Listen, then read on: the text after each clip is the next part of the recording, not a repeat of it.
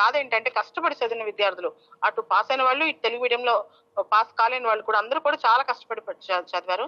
నాలాంటి వాళ్ళు దాన్ని డైరెక్ట్ గా చూసిన సందర్భం అనమాట. ఎంత పిల్లలు ఎంత కష్టపడ్డారు అనేది విద్యార్థుల తరపునే అందరి తరపున ఇటు అందరికి న్యాయం జరగాలని మేము కోరుకుంటున్నాం. కాకపోతే ఇంత డిలే ఇన్ని సంవత్సరాల వాళ్ళ జీవితం ఎప్పుడైనా పోయిన ఏజ్ గ్రూప్ ని అడల్ట్హుడ్ ని తీసుకురాలేరు. ఎందుకంటే చాలా మంది లైఫ్ లో సెటిల్ కాకుండా పెళ్లిళ్ళు చేసుకోకుండా అశోక్ నగర్ లో ఉండి హైదరాబాద్ లో ఉండి కష్టపడి సివిల్స్ రాసి గ్రూప్ 1 రాసి వీళ్ళందరి జీవితాలు ఈ విధంగా ఈ చట్టంలో పడి నలిగిపోవడం అనేది ఈ సైకిల్ లో పడిపోయారు పాపం.